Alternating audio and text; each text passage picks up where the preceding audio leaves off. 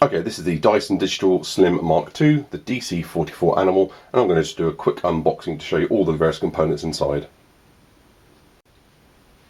Okay, there's a single piece of tape here on this box, so I've just quickly slid a pair of scissors along, but you could equally do that with a knife. Then you've got a couple of very simple pull open cardboard tags, and we're in. Okay, so you get the instruction booklet, as well as on the back of here all the registration details, your serial number, etc. So that you're going to want to send off to Dyson. You get a couple of useful information books as well. One thanking you for choosing the Dyson, and one a bit of a history about Dyson. And now we're into the actual items itself.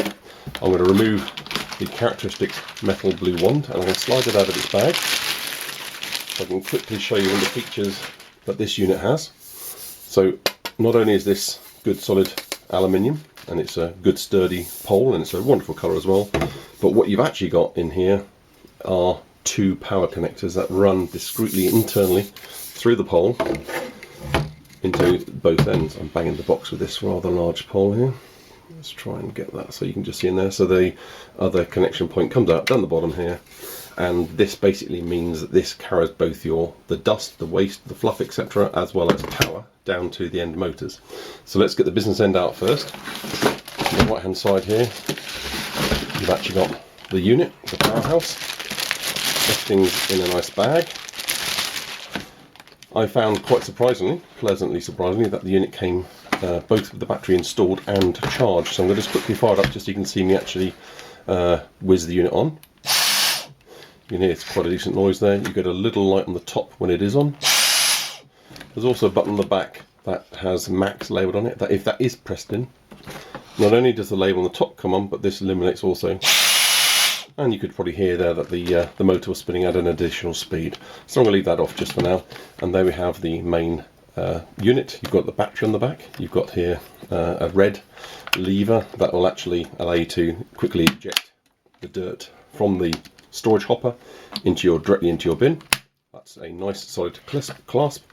The battery itself on the very rear is actually this unit here on the very bottom. Okay, it's very nicely balanced and weighted. So you've got the weight of the motor here, the weight of the battery here, and there's a reasonable bit of weight here, but nothing too much. You've got the weight very close to where your hand is. I've got very large hands, and it's a little bit snug for me, but absolutely, you know, I've felt irons that are worse than this. This is really good. This is a good comfortable handle hold, and you've got a really nice, very easy, not too high, not too hard trigger on there.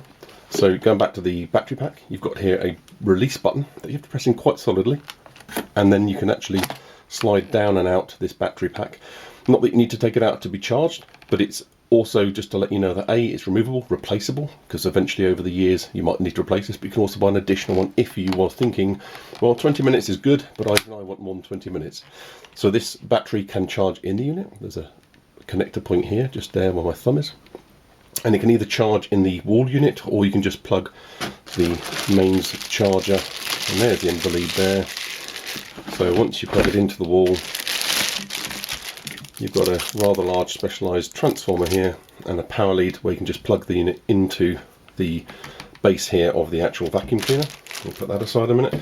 Or, as I just touched on very briefly, I'll put that just out of shot there so you can see this more clearly. You've also got a wall mount unit, which you don't have to use, but what you can basically do is have this on the wall, and the unit is in here, and this arrangement up here, you have the wire looped around through the back, screw this to the wall, and you've got yourself the ability to slot the whole Hoover into the charge unit. I'm going to put that aside, we'll come to that in more detail when I zoom out. Okay, you've then got yourself your two main stock attachments. You've got yourself a thin slim nozzle, and all these things are in bags, they're not taped, they're easy to get out, and you've got yourself a very standard kind of feeling but strong nozzle attachment. Put that aside. And the other thing that you saw when I took out the cardboard cover is the brush item, that again is in a nice bag. And there's two features to this. You can see here there's a little bit of a nozzle and red arrangement, and that's because this brush on the outside is actually like a sleeve, and with a little press button you can either retract the bristles down the tube, so you've got just a harder plastic cover and a small attached red bristle attachment to this plastic nozzle end. So you've got for quite firm and hard surfaces, you can dig in with this, or you can lock into place the bristles and you've got yourself a pretty standard, reasonably, nothing too firm. I wouldn't say that's the stiffest bristles in the world, but a good brush there that you can use for carpets and corners, and generally helping with dusting as well as hoovering. Okay, so that's a dual use item there. There's two of the main things in the box you have here. It's going to be easy to unwrap this one straight away. Got a small head, and I'm going to point these out again. So this is powered. So down here you've actually got the two metal pins that connect to the pole. In here, this side here, you've actually got the motor, and it's powered. And in here you've got these really nifty, nicely coloured brushes, as well as this is like a rough kind of brushy kind of fabric that just again helps with the hoovering. This angles, and that'll make more sense when we actually come to using it, but they have a small width head, so it's probably only 6 inches at the most. We'll put that aside. And the main head at the very bottom of the box, underneath some various cardboard holders, and I need to actually unwrap this one. Just give me 1 second. Yep. There it is, folded over. We have the main attachment head.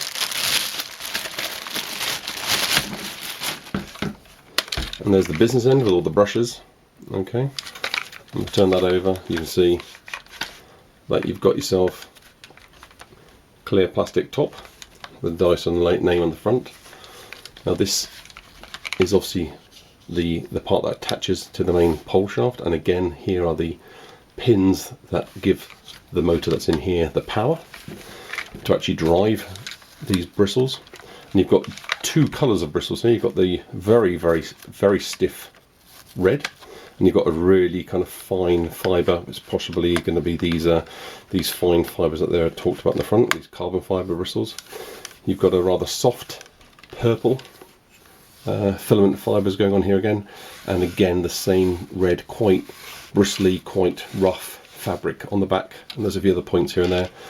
There are wheels that seem to spin here, but most importantly is at the hinge joint here you've got two, almost like a ball. They almost join together into a ball. But if I hold that up into the position that would naturally be, so you've got two really kind of easy steer and glide wheels that, again, when I show you this actually being used on the floors, will make a lot of sense. But it allows you to really easily pivot, steer and drive this unit around the floor into all the corners and getting under the furniture.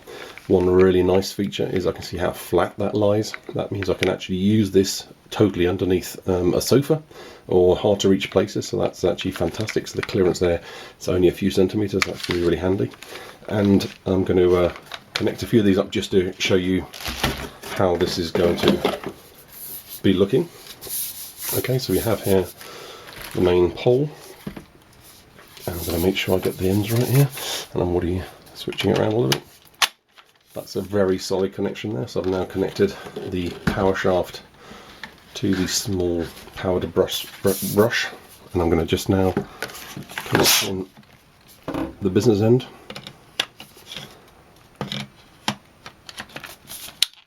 Again, this is a good click, and I'm going to just turn it over so you can hopefully see this blur of spinning fibres.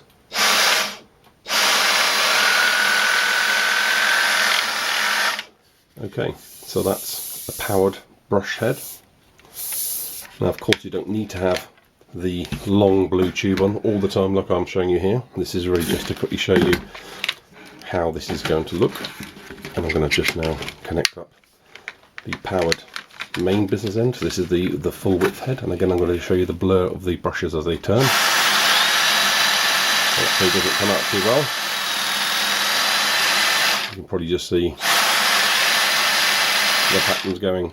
Now what you actually hear, this seems to be like a slight delay, but what you actually hear is the motor end far into life, where the battery is in this unit here. and then possibly there's a slight delay before the actual power, once this is spinning, is then fed down to the end tool. So it also makes a lot of sense if you think about it. That means you've got suction, so you've got suction going down to the power tool, and then the power tool will start spinning its brushes, and that actually makes a great deal of sense. So there we have the DC44. This is the Dyson Animal.